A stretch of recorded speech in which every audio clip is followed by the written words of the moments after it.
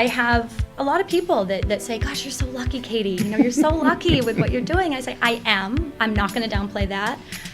But it takes a lot of work.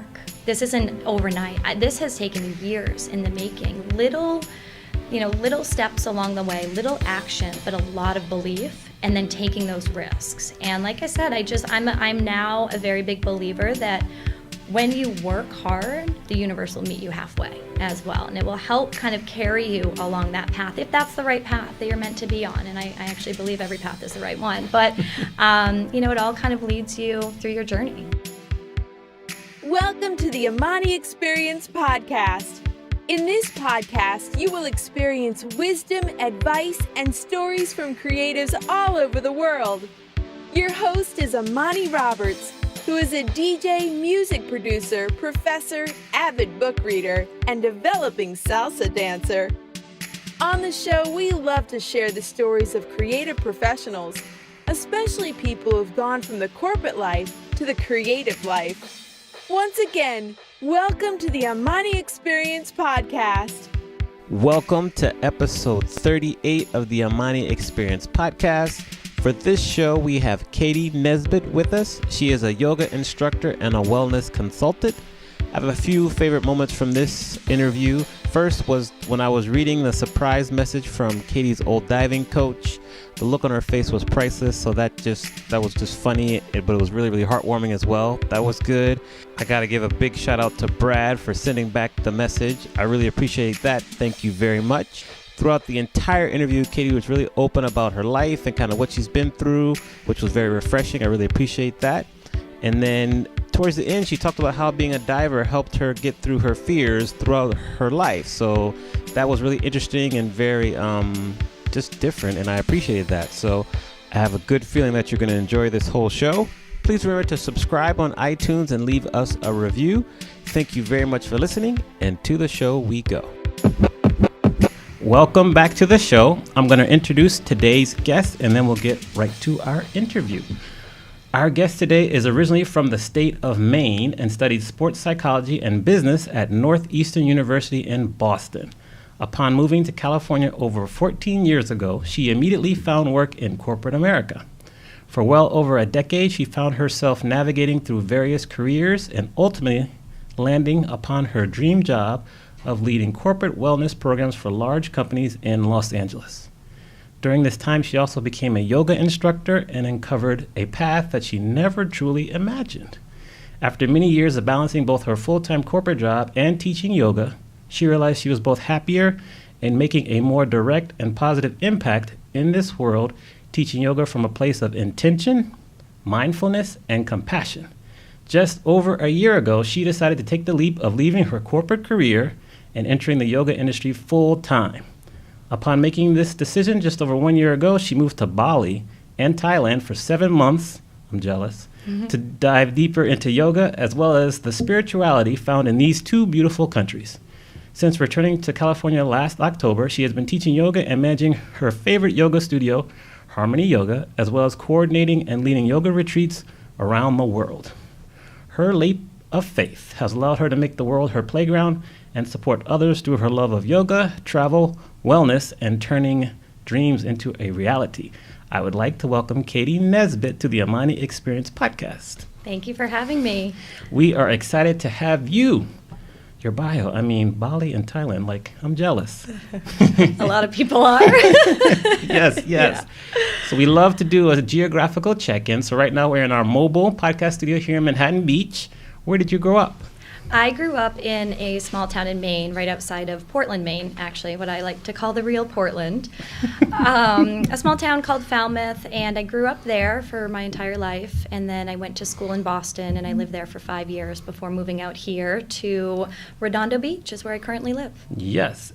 And how did you decide upon your major in terms of sports psychology and business at Northeastern? Great question. I grew up as a gymnast at a young age. I did that for about 5 years, and I unfortunately was injured a lot as a child. And during that time, it was the first time I heard about sports psychology and hearing about Olympians and realizing that they work with sort of a coach, but it's somebody who really helps them with the mental aspects of their sport. So gymnastics is not only really physical, but it's very much of a mental sport. And after a few years of doing gymnastics and after those injuries especially, I decided to move on from that. I no longer was a gymnast, and I decided to move over. I tried some other sports, some other team sports, but I fell upon diving, springboard diving. And within that sport, I always like to say that's about 80% mental. So it's something where you have to overcome fears on a daily basis. Every single time you get up on that diving board, you can risk smacking the water, getting bruises, getting welts, hitting the diving board, which I have done a few times. Ouch. And then picking yourself back up and getting back on that diving board. So I found this love for sports psychology and went to school for psychology. And then I even did a study abroad program in Sydney, Australia. Went to Sydney Uni, where they have a really good sports psychology program. So I went there, and then I came back, and I was thinking about going into grad school to continue after that dream of becoming a sports psychology, or moving to California. I chose moving to California. My sister was living here at the time, and after living in Australia, I realized that I didn't really want to return back to Boston or Maine or New England. The weather, the people out here just really resonated with me. So I decided to move out here thinking it would just be for a few years, and it turned out to be 14 years and going. Yes. You skipped over your time at Northeastern, so we're going to go back to Northeastern. Okay. And so you were a diver at Northeastern, and from what I understand, you were a conference champion diver for 2000, 2001, 2002, correct? Yes. You did your homework. And you were a diver of the year in 2001 and 2002 for the American East Conference. Yes. And I believe they referred to you as a legend. Now, your maiden name, Katie, was it Mailman. Yeah. So that's true. True, correct? Yes, that is all correct. I don't really talk about all of those awards that often, but yes, I was a collegiate athlete, a scholarship athlete, took it very seriously. I really enjoyed that. That was a very big passion of mine, and when that stopped, it was actually very challenging for me to live with something that you are on a very strict schedule with. Trying to balance life, school, sports throughout my entire life was both beautiful and challenging, but it was ingrained in me. So quite honestly, when that stopped after college, because it's not something you can just go to a pool and just go and dive. As if you're a swimmer, yeah, that's one thing, but to get up on a diving board and just dive, that's actually not even allowed in most pools. So it felt in a way like a limb was cut off of me. And I've talked to a few people about this and how challenging that can be for college athletes, is going from having a life of this balance and this strict schedule and this way of living and this passion that is a part of you. When that ends, it can be challenging, I think. And I actually love that you're asking this question, because that was a big part of me when I moved out to California. Was the diving career had ended. I'm starting a new life in California. I sold my car for money. Which was supposedly your dream car. It was. So what kind of car was it? I'm curious. It was a little cabrio. Okay. Yeah, so I'd always loved those cars. Convertible? Yeah. Yes, I loved it. And I didn't even have it for that long. When I got back from Australia, I graduated from school, and then I stayed in Maine. My sister was getting married that summer, so I stayed in Maine before moving to California, and that's when I chose to let me save some money. I don't need this car. I can do without it. So I sold it for some money. I packed about 3 suitcases, got on a plane, one-way ticket to California, stayed with my sister and her new husband at the time. They were newlyweds. They'd only been married for about 2 weeks when I arrived. Okay. Thank you, Beth and Stephen. They let me stay on their couch, actually, for about 2 weeks. And during those 2 weeks, I found an apartment, a car, and got a job. So things were flowing pretty well for me. And that's when I knew that I made the right decision to come out here. Good. And your diving coach, Brad Snodgrass. Okay, yes. So I had a chance to talk to Brad. No, you didn't. And I asked Brad about you. Yes. What? And this is what he said. Okay. He said, I haven't seen Katie in many years except on Facebook, but I can tell you she was a part of the Big Three, one of the greatest teams I've ever coached. The Celtics had Bird, Parrish, and McHale, and Northeastern Diving had Jen, Ryan, and Katie. She'll remember. Katie was very competitive in the best sense of the word, extremely hardworking, often despite injury and illness, as you said, and unbelievably talented. She accomplished so many great things as a diver, but was always as humble as they come. What I can tell you is that Katie's diving was absolutely beautiful, and it was clear to me that she was destined for greatness. The exact what and how of her greatness was to be determined, so the subject of your interview is very interesting to me. She was a great diver and a wonderful teammate and friend so many years ago. My guess is those who know her still use words like great and wonderful to describe her. I hope she's doing well, and I will always miss the days I coached her. Oh, Brad, I'm reaching out to you. Wow. What do you have to say? That's a shock. That actually really just shocked me. Thank you. Yeah, he was definitely a large influence on my life in college. I actually grew up with my stepdad coaching me throughout high school, and then once I got into college, then Brad kind of took that baton and took it and rolled with it, and he was just like a father figure, an amazing coach. Wow, that I'm still kind of taken aback that you spoke with him. I'm actually jealous that you spoke with him. I need to talk to him. It's been a long time. I could put you in touch with him. No worries. Thank you. How did your diving career prepare you for what you're doing now? It prepared me more than I ever thought that it would. I actually had a conversation quite a few years ago with somebody, and just talking about my career and my frustrations with it, and having this thought when I was younger about getting into sports psychology and starting to go after that dream, and then switching gears, moving to California, and just getting into the corporate grind. And I went through some challenges in my 20s, especially about trying to find that path that I was looking for, trying to find that same level of passion and fulfillment that I had when I was a diver. And that's sort of that thing that was lost within me that I'd grown up with. And, I was already at the beginning stages of teaching yoga when I had this conversation with somebody, and I just said, I wonder, what if I had taken that path of sports psychology and been able to work with athletes and their mindset and helping them excel and exceed, in all senses. And this person said to me, well, don't you think that's kind of what you're doing now? Mm-hmm. And I thought, wow, that was a light bulb moment. And that, I think, now that I'm actually thinking about it and looking back, I think that may have changed my teaching voice a bit, where in my classes, I talk a lot about alignment, and we build, the sequences and the classes very methodically and in a systematic way. Because it's very important to me to keep all the students safe and have them really tap into their body awareness.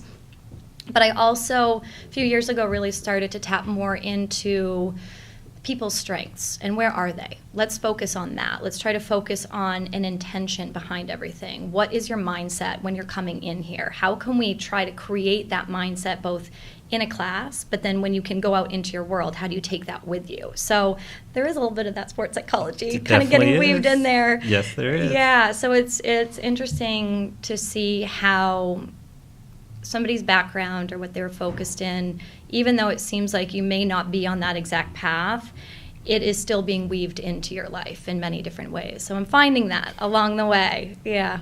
Now, if you were to summarize Katie in 30 seconds or less, how would you summarize yourself? I would say that I'm somebody that lives from a place of intention, a place of compassion and love, and I want to share that with people. I like to inspire people and help them reach their dreams and their goals in life. Very good. We look at your corporate career, and you went to Aerotech Scientific, then you were at Robert Half International, Dynasplit Systems, then you went to Northrop Grumman for a while, and then AT&T. Yes. And then what happened for you to decide, okay, it's time for me to kind of step aside and do yoga full-time? Was there an event, or what was the thought process behind that? There was a large event that helped propel me forward. I will say this, I had been teaching yoga and, full-time corporate career as well, trying to balance that for about 5 years, which became a lot. I'd sometimes work 7 days a week with that, whether I was working in the office Monday through Friday and then doing things at the studio on the weekends, but it was because it was such a passion of mine. It was really fulfilling to me. And I worked very hard to get to that position that I was in at AT&T, which was formerly DirecTV. And I say that because that was part of that big impetus for me to actually move on from it. There was an acquisition that occurred. So AT&T acquired DirecTV, and really great for the business. For me, it took me farther away from the employees. So we went from a 17,000 employee company to 280,000 employees. I went from me leading and managing the corporate wellness program at DirecTV to being a part of a team doing it, which I love being a part of a team. Don't get me wrong with that. But it just took me farther from directly impacting the employees, where my job sort of quickly became me managing a lot more projects, being on conference calls all day, working with attorneys and lawyers. And it just took me away from being in front of the employees, doing on-site events. At Northrop Grumman, I used to do nutritional consultations. I would teach yoga there. I would be the one leading the seminars. And it just sort of morphed a little bit. When you get into the larger companies, you see that the jobs change a little bit. And you're required to work with many more people to help you with that job. So we worked with a lot of vendors. I managed many, many different vendors at that company to make sure that they were doing their job as well and helping our employees. But like I said, it took me away from that direct impact, where I found that while I was teaching yoga, the feedback I was getting was very positive, and it made them feel good, it made me feel good, and I realized I needed to follow that path. When I was working for Marriott for almost 20 years, although I'm still very young, I, at the end, ran into something very similar where, just kind of consolidations, more spreadsheets, meetings, and everything, so I can relate. Yes. Definitely. What's important, in your opinion, for creative professionals such as yourself, myself, to succeed in today's business environment? Oh, good question. I would say to stay focused, really. Stay focused on your goals, whatever that may be. I think it's different for everybody. Whatever that might be, whether it's impacting one person or impacting hundreds, I think that if you just stay focused and you keep that mindset and you go in there every day with a positive mentality, that's going to help you reach those goals for yourself and for everybody else. And what do you do to stay focused and kind of keep your focus at a high level? Yoga, meditation. I'm sure you saw that coming. I did see that. And really positive intentions. I learned at a younger age, without even realizing it, the power of intention and the law of attraction. I did not even realize that I was doing this until I saw the movie The Secret.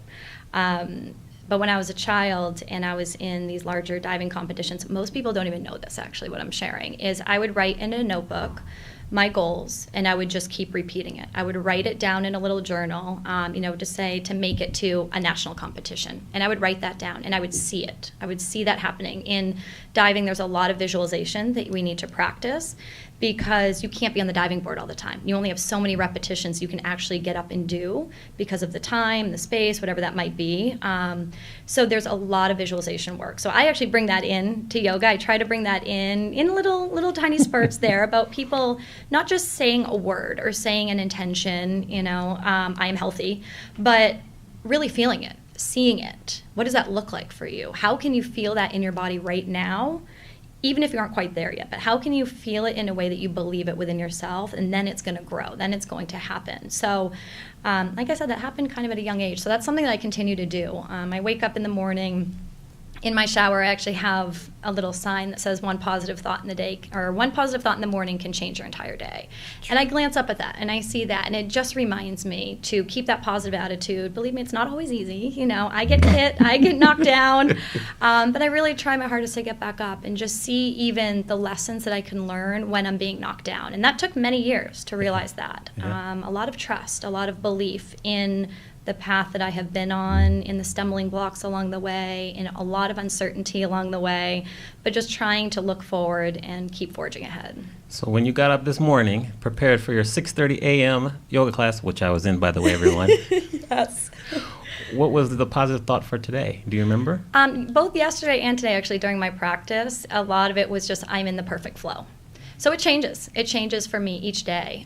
Sometimes it is, a specific intention about anything that I'm trying to accomplish that day. Other times it's a little more general. For some reason, yesterday and today, I've just been trying to tell myself I'm in the perfect flow right now with where I am in life. Okay, good. What was it about the city, the area, Sydney, Australia, that really kind of captivated you? Well, I did a study abroad program there, and for some reason I'd always wanted to go to Australia and Asia as a child. Asia because it's so different than America, and Australia because it's kind of similar. And so I made that dream a reality. I went to Northeastern University, which was a 5-year college program. So years 1 through 4, or I'm sorry, the first year you're in school the whole time. Years 2 through 5, you're in school for 6 months out of the year. The other 6 months out of the year, you're in a co-op program. So you're working within your major. So you come out of school having a few years of experience. It's a fantastic program. I think more universities need to have that. But that was also a blessing for me because being a college athlete, for most people, it's 4 years. Yes. So that's your entire life of college. For me, I got lucky that 5th year I had free, kind of like almost a normal college kid, you know, a little bit more free time, a little bit more freedom. So I chose to take advantage of that and signed up for a study abroad program, which was about 5.5 months. It was one of the most influential points in my life doing that.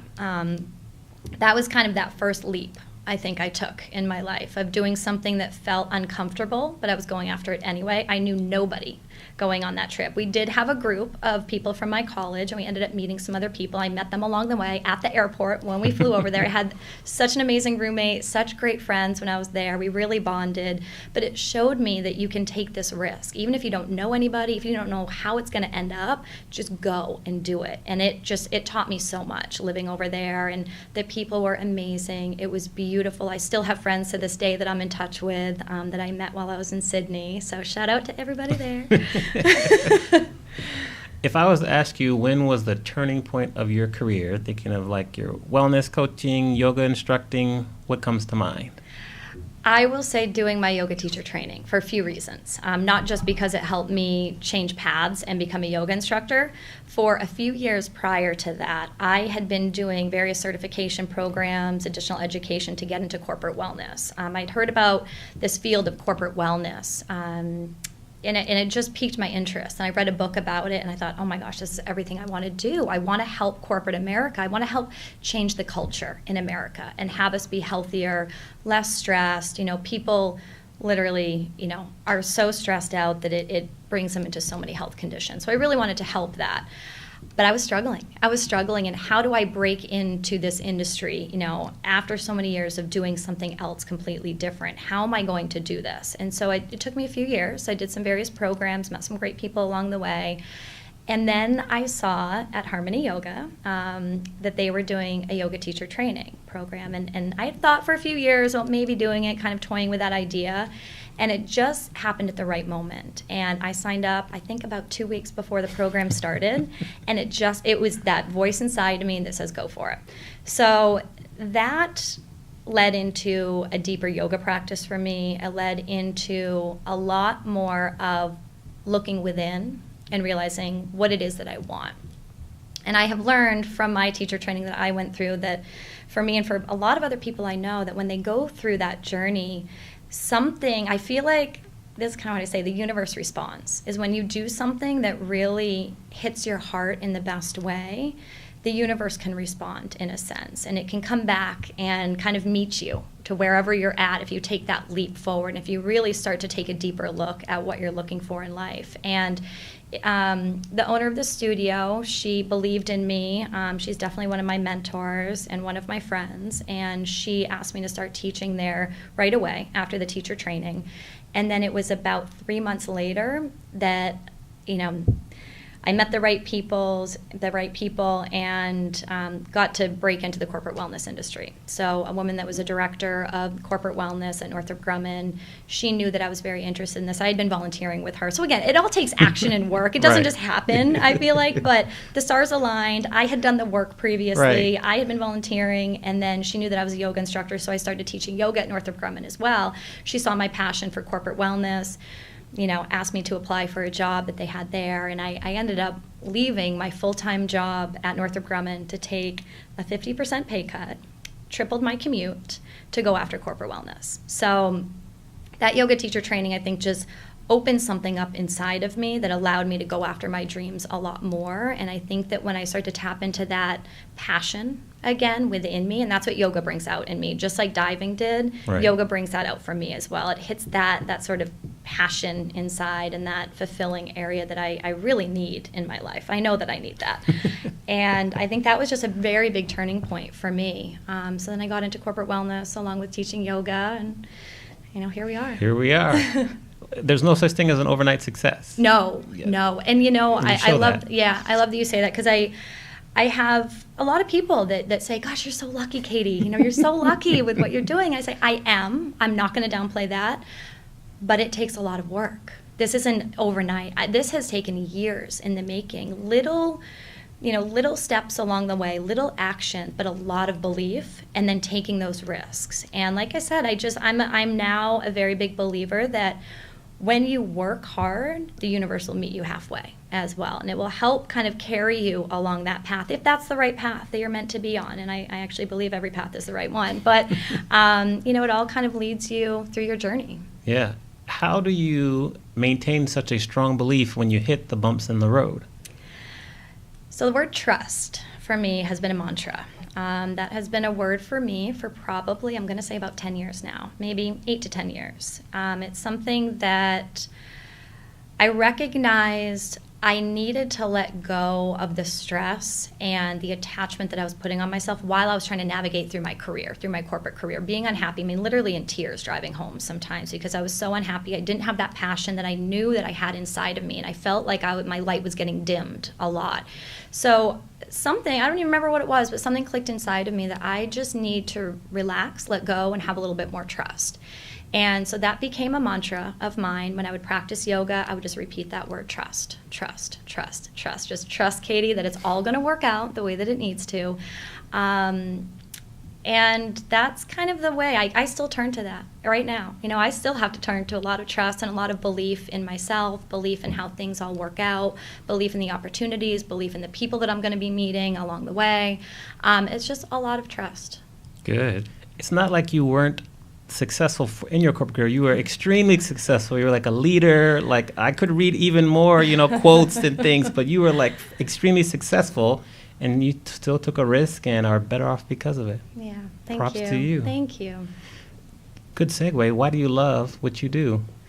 Oh gosh, I love, God, I don't even know where to begin with that. I'm just seeing, Start in the middle and work your way out. People, I'm feeling the experiences as you just said that. I mean, really, it's when I walk into that yoga studio where I teach and where I now manage as well, it feels like home. It honestly feels like a home to me. And I say that, my students know that, the owner of the studio, the other teachers, they all know that I feel like that is like my second home. And I just feel so comfortable there. And when I walk in, it's like there's some powerful presence in there that either is there or comes over me, but it's just a really great match. And I feel that I have gotten to a point now where I can really speak from the heart in the way that I teach. I think that it can take time with that. Everybody takes themselves some time to find their own voice. And it took some time for me as well. And I feel like now that I'm really tapping into how do I look at life? Other people make comments about my life and, everything that I'm doing. And I just think to myself, how can I help somebody get there, even just a little bit further along their path, so that they can believe in themselves, so that they can believe in the journey that they're on.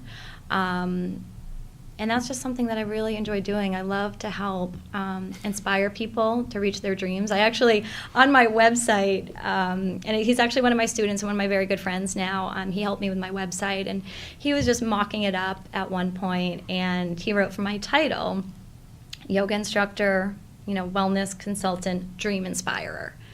And I just looked at that and I laughed as we talked about it. And he just said, that's what you are. And I thought, I'm keeping that up. I love that. I will take that title. And that's, as you should. Yeah, and that's something that I'm starting to step into that. I think that's something I haven't stepped into. I've just kept my head down, worked hard to find my path, to see how I can impact this world the most. I know I'm here for service. I know that without a shadow of a doubt.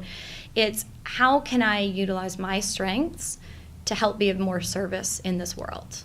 Now, if we look back to when you were younger and you had like some stomach issues and you were sick a lot, how did you get through that, and how have you continued to maintain, because that's very resilient.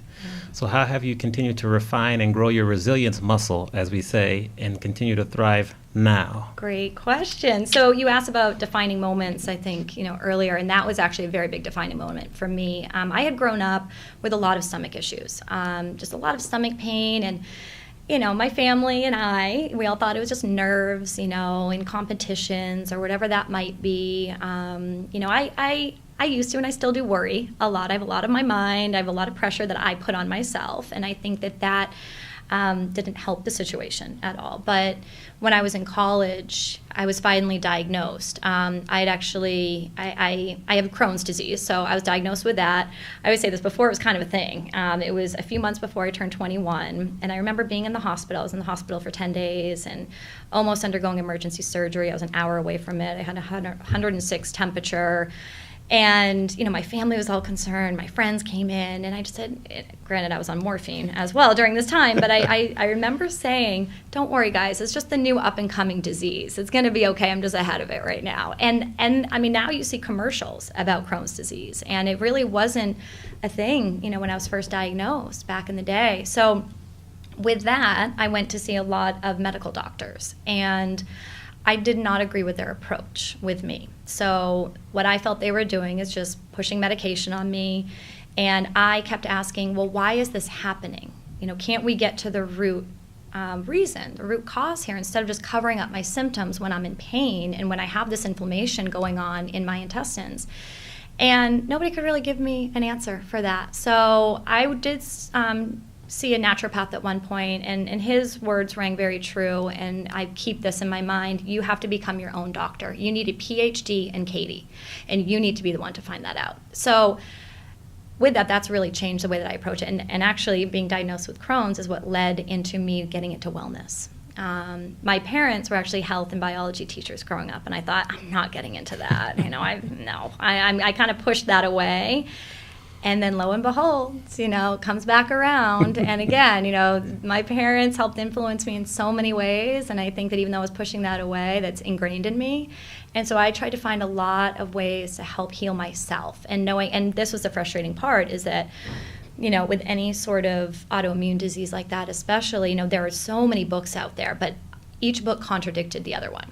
So one would say, don't eat meat. The other one would say, eat meat. Another one would say, don't eat grains. Another would say, eat grains. Eat cooked vegetables, eat raw vegetables. So it was very confusing and very frustrating. In my 20s, I was extremely frustrated.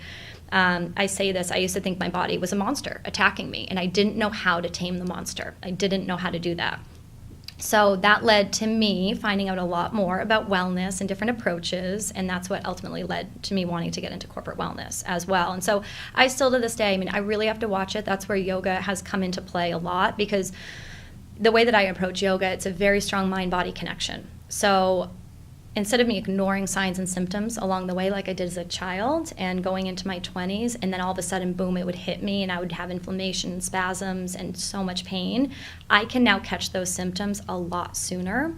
So then I can make changes immediately. And so I'm really, really good. I'm very, very healthy. I actually, even though I technically do still have Crohn's, it's been in remission for many, many years. But there are still some other things I'm dealing with my body, with my digestion. I think I always will, but I'm becoming much more intuitive as it comes to the way that I approach my health. Right. Speaking of your parents, like the apple doesn't fall too far from the tree, so to speak. Right. And then your journey, you can just see how it all kind of fits together like a puzzle. Yes. You know what? I love that you say that, because for so long, for so many years, I kept saying, I feel like I'm just finding the puzzle pieces, and now I need to learn how to put it together. And I feel like I'm putting it together. I'm on that path right now, and I'm feeling it. Yep, the puzzle's coming together. We just need to put the edges on, and I think Right. we got a great finished product, like 1,000, 2,000 piece puzzle there. Yeah. Well done. What is something that scares you? I had a conversation with my dad when I went back home in November, and it was a conversation that has impacted me since then. And I always used to think I was a perfectionist. I have to work hard, it has to be perfect, but then that never always seemed accurate either. And I had a great conversation with him. Him and I are very similar, and we were talking about perfectionism, and he said, Katie, I don't think it's perfectionism as much as you being afraid of disappointing people. And I thought, God, that's actually, it's just a different way to put it. And I do think that what scares me is disappointing myself. What scares me is disappointing other people. And I'm trying to let go of that in many ways. I think that's the number one thing that scares me outside of spiders. I don't like spiders, but I can understand that too. Now, being in the yoga industry, the wellness industry, it's a very crowded space. How do you rise above all the noise and competition and distinguish yourself? Yeah, that's a good question too, because especially in Los Angeles, it's Yes. a very saturated market. The yoga capital of the U.S. It is. And I always say I am so lucky that I had an opportunity to teach yoga right away. Again, that the owner of Harmony Yoga, she saw something in me that I didn't even see in myself. And to this day and forever, I will be forever thankful for that. She helped me rise to the occasion. And I think that again, like I spoke to earlier, finding your voice when it comes to teaching yoga is a very big thing. I think that students can feel if you're not being genuine in the way that you are teaching, or if you're not being authentic to who you actually are. If you're just repeating words that you've heard from other teachers, I think the students are going to feel that. And what I have learned along the way is just to be more truthful with my voice, knowing that I have an opinion, that I have a voice, and that I need to learn to speak from that place. And over time, with practice, I think I've learned to do that. So I think you just really can't think about the other people, literally thousands of other yoga instructors that are out here. You can't think about it in that way. I think you have to think about, what is it that draws me to yoga every day? What is it that I can share with these students so that they can then find it within themselves? And I think that then it just speaks for itself in a way. But I'll tell you, in today's age with social media and Instagram and Facebook, I have a hard time with that. I do. I talk to some people about that, and when I feel compelled to share something, I share something. That's, again, where my authenticity sort of comes out in that way. It's hard for me to push something that I'm not feeling and that I'm not believing in. So it's a very interesting time, and it's an interesting space to be in with that. And there are so many amazing instructors out there, so many. And the beautiful thing is that social media is giving them a platform to share really the beauty of yoga, the history of yoga, what compels them to practice yoga, how it changes them. And I love that. I wish that I could be a lot better with that and share on a bigger platform. And maybe I'll get there. I'll get there. You will. Yeah, but I think just being authentic to who you are when it comes to teaching yoga, and when it comes to any job, really, that you really just have to find that and believe in yourself and believe in that and just keep pressing forward. Amen. Keep preaching. How has a failure or an apparent failure set you up for later success? Do you have a favorite failure of yours? I do, actually. I do have a favorite failure. This goes back years ago, and it doesn't have to do necessarily with a job, but it has to do with a move. So my ex and we had been living out here for a few years in California, and then he got a job back on the East Coast. So we decided to move back there, and we moved to Stamford, Connecticut in the middle of the winter. We moved there, and it's almost like a comedy show when you look back at it. All of the stumbling blocks that came along with it. The sad part is I've never been more depressed as I was when I was back there. You can ask me, my family, him, his family, my friends. And I had some very close friends that helped me get through all of that, as well as my family, of course. And, got to a point where that's actually where I first watched the movie The Secret. This was probably almost 10 years ago at this point. And I watched that, and that's kind of when I thought, wow, I get this. I believe in this. And I started to do some of the work with putting it out there, really seeing it, feeling it. What is it that I want? How do I want things to change? And quite honestly, I didn't want to stay in Connecticut. And again, the universe has a funny way of responding. So there was a very big storm that happened, and my car got flooded, completely destroyed. I had no more tears left in me. And my ex just looked at me and said, Katie, we got to get out of here. We can't keep doing this. And so immediately, we both ended up getting jobs that brought us right back here, that ended up being even better jobs than when we left.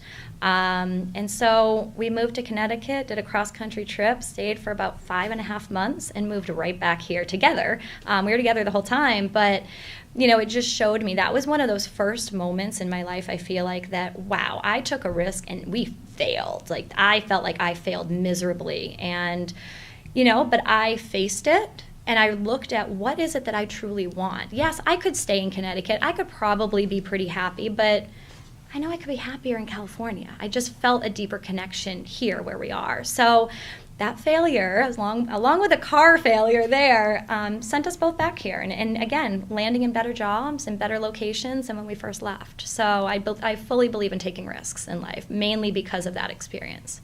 Good, and we're glad you got your way back here. Yes, so thank we're you. happy you're here.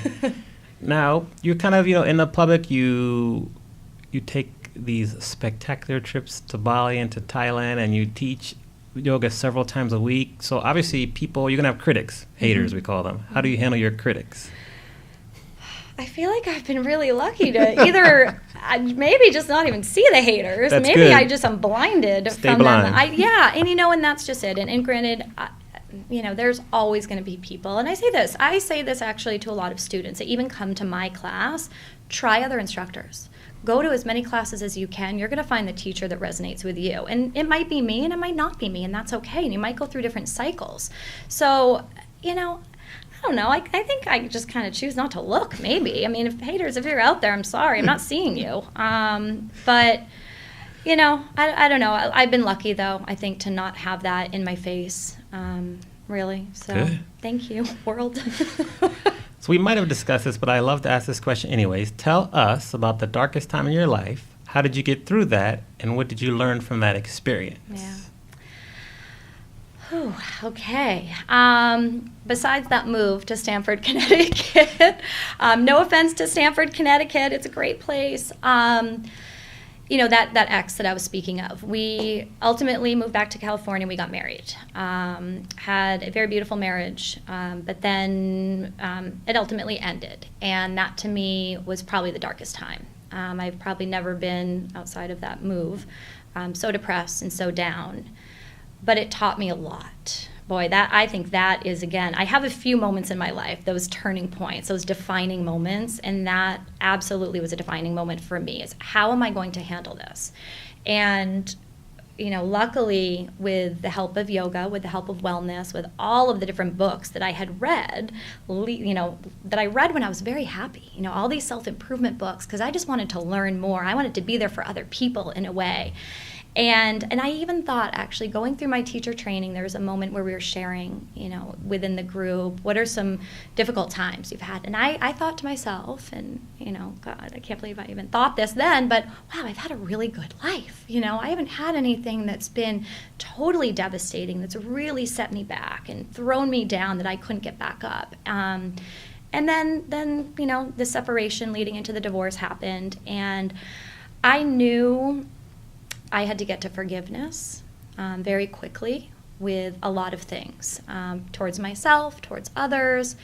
And I knew that when I could authentically get to that point, that I could move on. And it was difficult. It was very difficult. I think anybody that's gone through any sort of divorce or breakup or death, whatever that might be, I remember my mom telling me that, during that time, it was a grieving process. It was grieving. I was grieving the death of my marriage, and it was very true. And so from the help of my friends, I love my girlfriends, my guy friends, my family. Through those times, that is when I realized how much people are there for one another. I'm going to cry just thinking about it, out of gratitude, really, out of a place of happiness. And I hope my friends know this. I really, truly hope that they do. I believe that they do. But how much people were there for me. And the word was going out very slowly. I chose when I was going to tell people what was going on. And it was a very slow process. So throughout quite a few months, we were getting to that point of moving through divorce. And that's when I stepped into who I am. I'm not saying that in that marriage I wasn't who I was, but it allowed me to step out with a little more confidence after picking myself up from something that was so devastating and hard to go through. So I think that, again, with those setbacks, with things that might be, I would say, that are perceived as negative in the moment, can actually, depending on how you approach it, it can become one of the most positive defining moments in your life. And that's what that really became for me. And that's then my teaching started changing, my direction in life started changing. A lot of things started to change in different ways. And I'm still friends, with my ex. We actually share custody of our dogs. We co-parent our dogs, as I like to say, and we've gotten to a really great place. So, I'm in a good space in my life right now. I'm very happy. I'm happy with the different choices that were made along the way and where I am now. Good. Yeah. How did you get to forgiveness so quickly? And you mentioned some self-improvement books that you read before that helped you. Maybe share a few of those with us. I'll ask you about more books later, but specifically to this, kind of what comes to mind? So there were actually, I read a lot of books, and especially during that time that I was going through that divorce, one book in particular, when I actually chose to go on a yoga retreat during that time, and I chose to do that about 3 weeks before the retreat was starting in Cabo, and I decided that I want to go on a yoga retreat where I don't know anybody. I'm working through a lot of things. I need to do this. I need to give myself that time to really look deeper at the situation and look deeper at myself and learn and get to a point of where do I feel comfortable with the decision that is being made or that we are going to make right now going forward. And one of the books I brought with me was called Spirit Junkies, and that is from Gabby Bernstein. So I've been reading her books for a while, Find More Ing in Your Life, and that was, I think, the first one I read, and it was just all about finding your inner guide. And so this book, Spirit Junkies, I read it throughout that retreat, and I cried almost every day. And I got to a point in that book, I'll never forget it, there's one chapter in there, one area that's all about releasing. And when it comes to relationships and when it comes to maybe having to let something go, whether that's a relationship, a career path, anything else, you find this, fork that you might be in. And if you're choosing to go in one direction, oftentimes that means letting something else go. And this was all about releasing.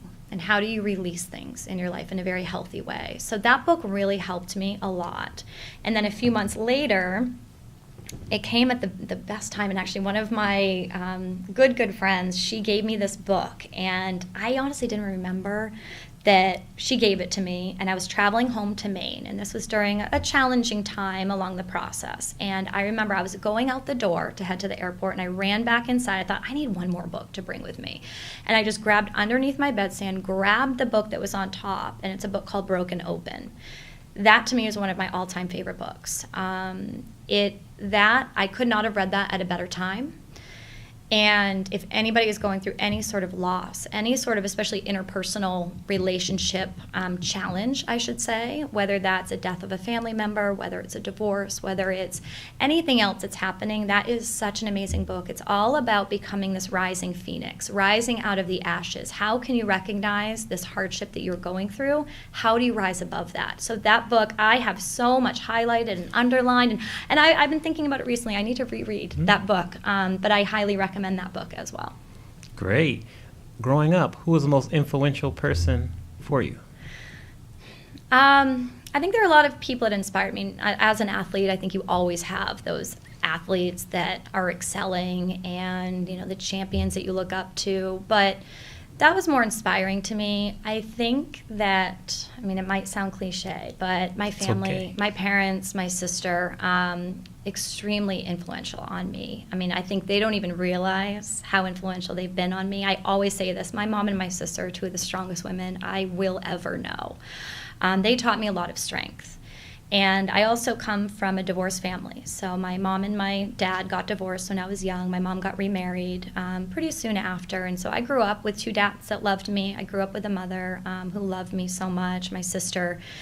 And the way that they approached their situation, their divorce. As a child, I think that you see things without recognizing what you're seeing until a later time.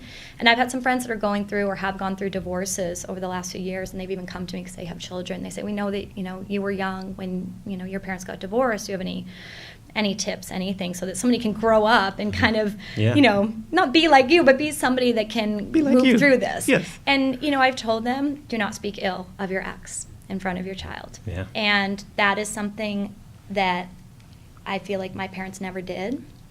They never pulled us into that. And so I think that their approach with going through the challenges that they were going through, that I don't even know all the challenges they were going through, but to approach it with a sense of love and compassion and respect for one another along the way, that absolutely influenced me so much. And I didn't probably realize that until my 20s or so. Good answer. Now, I'm going to read a quote that you've said and written down, and I want you to kind of explain why it resonated with you. You say, on the way to making your dreams a reality, one of your greatest tools will be the word no. Why does that resonate with you? Saying no is one of my hardest things. A lot of people notice about me, and that is something I am still working on, and it's going to be a lifelong lesson for me. I've kind of accepted that. I am somebody that says yes a lot. I pile more on my plate than I probably should, but it's because there's a lot of things I want to do. There are a lot of people I want to see. There's a lot in my life that I love and that lights me up, but it can get depleting if I don't put myself first. So I've had a lot of people give me a lot of advice around that, and saying yes to myself instead of saying no to others has actually really helped me a lot. There's somebody that I'm close with that kind of shared that with me, and I've taken that with me really over this last year. But saying no is something that I need to learn more of, and that I need to continue with that. So I'll write things like that because I need it. That's the thing, is things that I speak about in class or things that I might post about, those are things I'm working on in myself. I'm not somebody that has it all figured out yet, but I think I know a lot of the steps, but it takes a lot of practice and creating those new habits and those new mindsets. We're happy you said yes to the interview. Me too. For the record. Thank you. But we can help you with that, say yes to you more and no to other people. So we're going to help you with that. Thank you. Now, when you turned 21, you were in Sydney, or were you back in Boston? I was in Boston. Okay, so we're going to travel back in time to 21-year-old Katie. Oh, no. And we're going to give yourself some advice. What advice would you give yourself? Trust. Really, I'm always going to come back to that. I know it. I have it tattooed on me now in Sanskrit. It's something that, and I actually have it tattooed on my foot for a reason, because I tend to look down a lot in life, especially when I'm not trusting in something, or I just instantly kind of turn in, look down, being afraid, being uncertain. And so I have it written there so that when I look down, I remember, trust, Katie, and look back up and keep looking forward. So I would say to that girl, gosh, that 21-year-old, I think some people out there can laugh with me about that one. But hey, she was having fun, and she was living life, and she was trying to figure it out, with putting probably a little too much pressure on herself to figure it out too quickly. Okay. Now, what is the one lesson in life that has taken you the longest to learn? Can it be trust and saying no? No, different answer. We need a different answer. It just seems to come back to me, those two things. I would say, actually, no. Can you repeat the question again? Sure, I can. Okay. What is the one lesson in life that took you the longest to learn? Okay, I'm still learning it, though. Communication. So how do I communicate and speak my truth? So that is something that, again, I have not mastered anything. I really haven't. Just when you think that you've mastered something, that's when you get knocked down, I feel like. So communication is a very, very big one for me. I tend to hold things in. I tend to ruminate. I tend to overanalyze in my head. And I tend to not speak until I feel pretty certain about what I'm going to say. And I need to learn to not do that, not filter maybe quite so much, and just trust in what I'm feeling, trust in what I'm seeing, trusting in, what I feel like I need to say, and just do it, and not be afraid of, again, kind of going back to that disappointment thing, and kind of learning that making decisions for myself, not everybody needs to understand that, and I need to be okay with that. So I think just, again, learning how to communicate a lot better in my life is something that it's taken a while for me. But I'm getting there, slowly but surely, small steps. Keep in mind, we're all works in progress. That's right, I believe that. We're all works in progress. Yeah. Now, every great person has a sentence. What is your sentence? For example, my sentence would be, I help people unlock their creativity by teaching them how to DJ. What is your sentence? And you can use the word trust in your sentence, but it has to be a sentence. Does it have to be about me, or can it be just about my the way I kind of look at life as well? Whatever you want. The way you look at life. Okay. That's very refreshing. Okay. So this goes again to another one of my friends. I have a lot of influential people in my life. I really do, and it all hits home for me. And one of my friends, when I was leaving my prior job to get into corporate wellness, still at the same company in a sense, but somebody on my team at the time, she's on the East Coast, she sent me such a beautiful piece of art, and it says, "Follow your dreams, they know the way." And I have that again in my bathroom, but it's actually always placed right behind my mirror. So when I look in the mirror, I get a reflection of that. And it's just a reminder to me to trust in that little voice inside of me, trust in those little visions, trust in those dreams that are kind of peeking through, and follow them.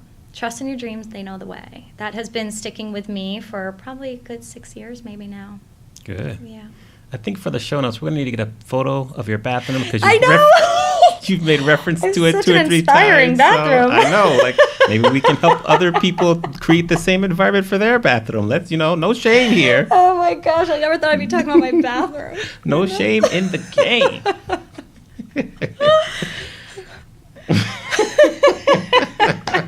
It's hilarious. What is one new habit or 2 or 3 new habits that you've added to your daily routine in the past year that has been most beneficial? I would say probably in the past, I'm going to make it a little more general and then I'll get more specific. So I have tried to start living a more intuitive lifestyle. So in the last year, what that may mean is eating wise. When I was living in Bali in Australia, it's actually very easy to live more of a plant-based diet. And that has probably been a very big game changer for me, for my digestion, for my energy, for a lot of things. So I think that, and I say intuitive eating because I don't think that necessarily eating vegetarian or plant-based is right for everybody. I know that I might even go back to eating meat again at some point. I think that it can be a cycle perhaps, or I could stick with it. So what I'm trying to do is just eat more intuitively. What feels like it's going to nourish me in the best way. And for me right now, it's been eating more of that plant-based diet, which has been very helpful for me in many ways. Good answer. Now, speaking of Bali and Indonesia and Thailand and Australia, how did you grow your business that allows you to travel there on retreats and earn revenue, but you're still traveling to these amazing destinations? How did you get your business that way? Because I'm sure people look at it like, oh, she's so lucky, as you said. Right. How did she? But I know that did not happen overnight. No. So can you explain or share how that happened? Yeah. So many years ago, I always wanted to travel to Thailand and Bali. For some reason, again, that voice just popped into my head, and that's where I wanted to go.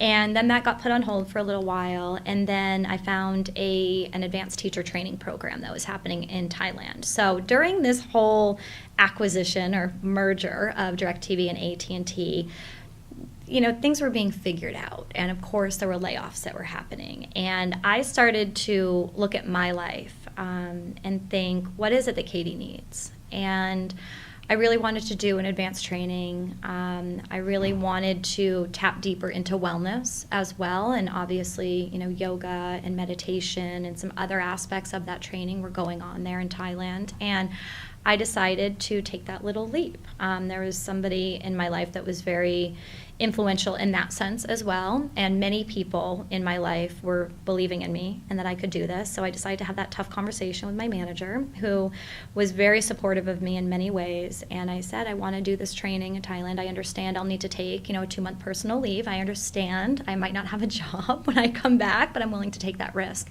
So I chose to go to Thailand alone, traveling for really the first time alone.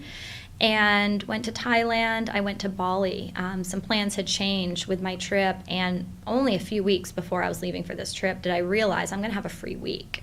What do I want to do at that time? I thought, I want to go to Bali. I've been wanting to go to Bali for a few years. This is the time. So I went to Bali for 5 days, had the most amazing time, very spiritual, a lot of hits coming to me there. And when I was in the airport to fly back to Thailand, this is at the beginning of my trip, I just started tearing up. I was sitting in the airport, tears were just flowing, and I didn't know why. It wasn't I wasn't sad, I wasn't happy, they just started to appear.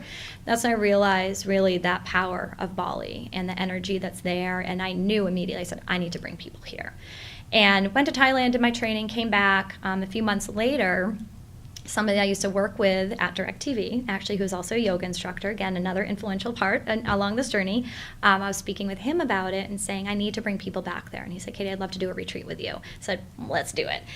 Long story short, the stars aligned where we ended up planning that retreat. And it was quite a few months later. We'd already had that in the works. And that's when I realized this is what I want to do full time. I want to take this risk. So I talked to my family through tears. Many tears came along this decision-making path, and just said, this is what is calling out to me right now. And the amount of support that I got, I am afraid of some judgments, and people questioning decisions that I'm making in my life. And I've had that, those judgments and those questions. So I knew that was probably going to be coming up, but the amount of support that I got was unfathomable. And I just thought, God, wow, I need to do this. I am believing in this. Other people are believing in me with this as well. And my dad even said to me, I remember, Katie, it's your obligation at this point. You're at a point in your life where you're not being held down. I don't own a home. I don't have children. I do have 2 amazing dogs. But fur babies.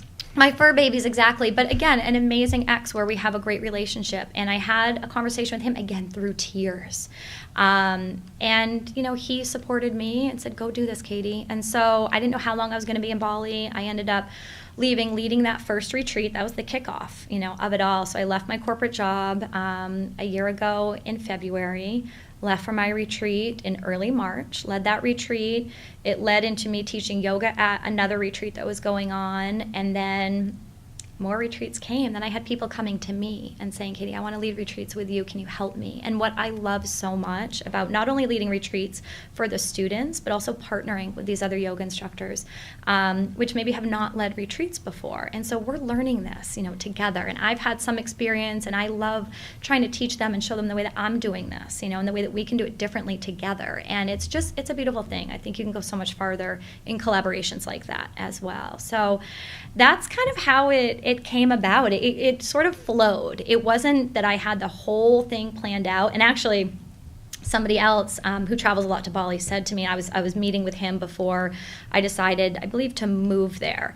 And I was saying, I'm just so worried. I'm uncertain about this. Am I making the right choice? I'm leaving a great job right now that people would be fighting to have right now. And here I am giving it up to go after this pipe dream of mine. And I said, I'm just trying to plan this out and what it's going to look like. And I still remember his words. And he said, Katie, whatever you plan is not going to work out. And I kind of I was taken aback. I'm like, what? And he said, think about it. Whatever you plan in this moment right now, everything is going to change along the way. You're going to have one thing that's going to influence you to go just a slight turn to the right. And then that's going to help you, make you go in one direction. And then it might have you do a slight turn to the right. So whatever you plan right now, that's not the way it's going to look anyway. So don't be so hard on yourself and feeling like you have to have it all taken care of right now.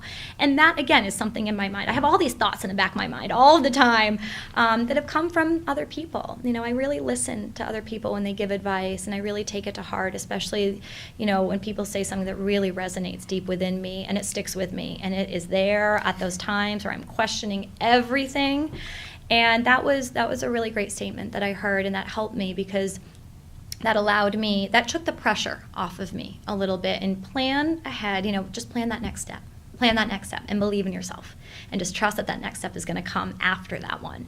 So that's really helped me. I still have to bring that into my mind even right now. So I ended up last year leading 3 different yoga retreats, assisting and teaching yoga at a 4th. And then I came back here in October and started managing the studio, and I had 2 other retreats that I was planning that just happened. I just got back I know. 2.5 weeks ago, right? We were in touch during that time. And I was in Thailand leading an amazing retreat, and then flew straight to Bali to lead another retreat with amazing people. lifelong memories. And I actually just recently announced going back to Bali again at the end of September. All right. Yeah, and then there are going to be more next year, so I'm really looking forward to it. September is my birthday month. It is. No, it's not mine too. When is your birthday? The 16th. Ooh, Virgo's in the house. Virgo, High five. yes. High five. Yes, I love that. Good. What's yours? 14th. Okay. Yes. I No knew wonder I we liked have you. such great energy. I know. I agree. Wow. Could be a birthday trip. It could be. You see, you're speaking my language. Let me Yes. think. DJ. Okay. So we'll get back to that. But I've noticed throughout our entire discussion, you share several different examples of you being courageous, traveling places alone, making risky decisions, taking risks. How have you been able to be so courageous? Oh, I don't know. Honestly, I really don't know. I think my diving career really helped with that. I think having to get up on that diving board and face my fear literally every single time I'm getting on that diving board. I think that taught me, get up there and go. Just go. And, trust in what you've learned along the way. And as my yoga instructor has said, you know more than you think you know. Mm-hmm. And so I think that has really helped me a lot, that don't be afraid of what maybe you feel like you don't know or that you don't feel comfortable with. It's going to come. It's within you. It's just pulling that out of you, I think. And what I talk to a lot in yoga sometimes is unpeeling those layers that we've put on top of ourselves from who we truly are and where our dreams are and that courage that we have deep within us. We all have it. It just gets covered up in different ways because of fear, because of uncertainty, because of maybe past perceived failures. But how can you switch that mindset and just realize, again, those quote unquote risks that I took in the past, I turn back to those and I look at those and I realize, wow, if I didn't take that risk, I wouldn't be where I am right now. So that risk, quote unquote, actually turned out to be some of my best learning experiences. So that's how I continue, I think, to step forward into it. And quite honestly, the support of other people. It really helps. I mean, to surround yourself with the right people that believe in you and that help lift you up, especially in those moments of doubt, that to me is everything. So many people struggle to develop a strong tribe of people that surround them. Mm-hmm. Obviously, it's evident from the first time I met you that you have a really strong tribe of people that are with you, around you. How have you been able to grow that tribe so it's really helpful for you? Oh, gosh. I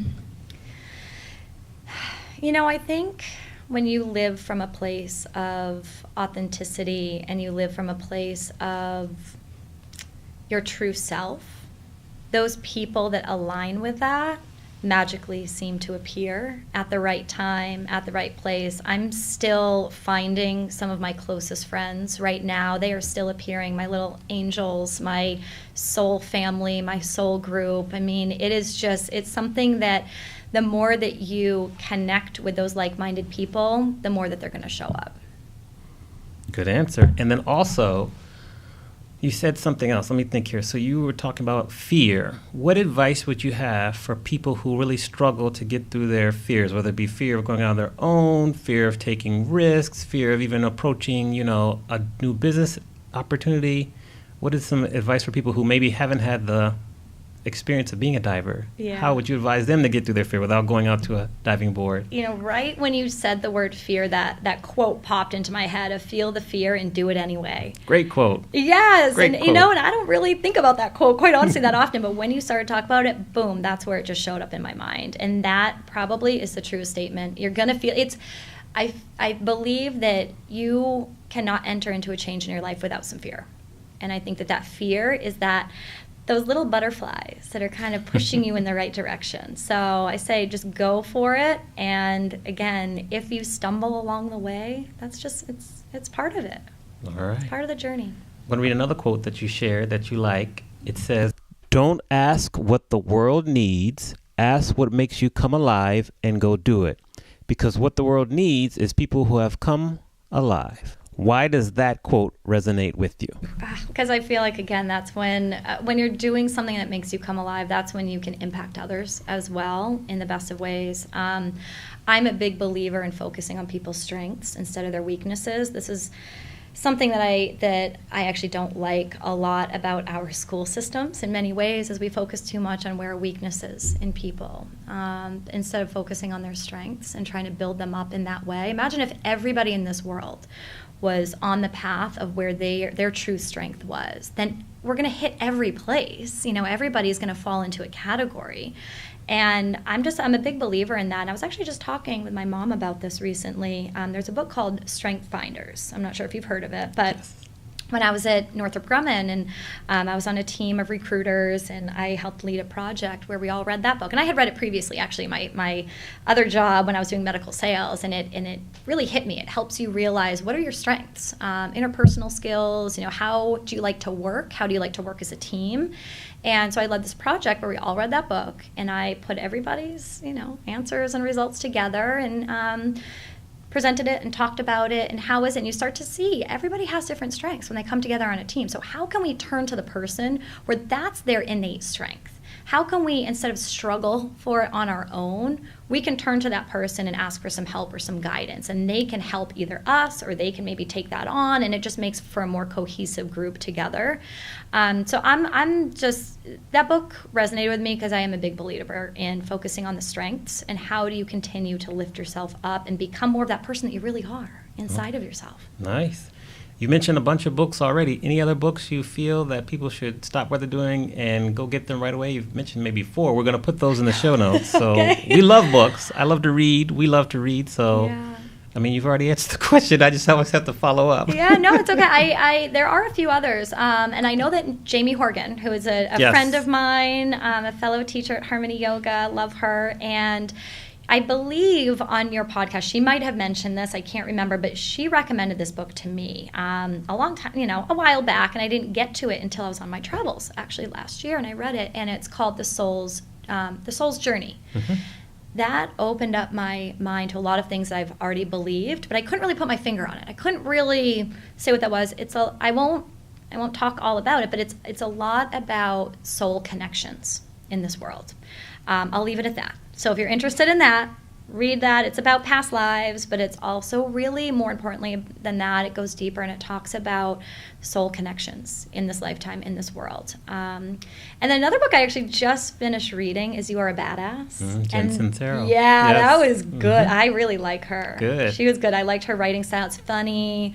It's really about becoming, that person, that best person that you can be. Now, have you read her second one, You're a Badass with Money? No, my friend recommended that, though. Okay. I think my friend actually recommended that one, and I Right. ended up reading just You Are a Badass, so that's next Right. on my list. Now, have you read Big Magic by Elizabeth Gilbert? Yes, I have. Okay. Of course I have. Yes. Yes. My actually, my former landlord gave that to me. Yes. Yeah. That's like required reading. I give Yep. that to everyone, so good. Okay. Yep, I'll have big to fan. query you a little bit of some other books later. That's good. That's good. Tell the people how they can find you online. Yes, you can find me. I have a new website actually that I just launched about a month or so ago, right before I left for my recent retreats. It's just katienesbitt.com. You can also find it through katienesbittyoga.com. That was my previous website. And then you can find me on Instagram, Katie Nesbitt Yoga. You can find me on Facebook. So connect with me. Yes. Yeah. Some love that. spectacular pictures on Instagram. Take a look at that. Fun fact about Katie, she's also a 90s hip-hop fan, so don't sleep. She loves her some Notorious B.I.G. Much respect. Yes. Yes. All right, well, before we conclude, just thank you very much for spending some time with us. You're an amazing guest. I love your energy. I also really respect the courage you have, the resilience. It's obvious you've been through a lot, but you're still here. And when I first saw you at Harmony just a few days ago, actually, it's obvious that you have a strong tribe. People love you. So keep doing what you're doing. Glad to have had you on the show. We'll definitely have you back. We love to let our guests kind of leave the show just giving you last-minute words of wisdom or advice. You've given a ton of wisdom already, so if there's any other kernels that you want to share, we'll let you kind of take us home and just say thank you very much again. Yeah, well, thank you so much for having me. And I guess it goes along with everything I've been talking about. Follow your dreams. Follow your dreams. They know the way. And look for the support that you have around you. Amazing. Thank you. Thank you. Thank you for listening to the Amani Experience podcast. You can check out the show notes on amaniexperience.com/podcast. Please remember to leave us a review on the platform you are listening on and share this podcast with anyone who you feel would benefit from listening. See you soon on our next episode.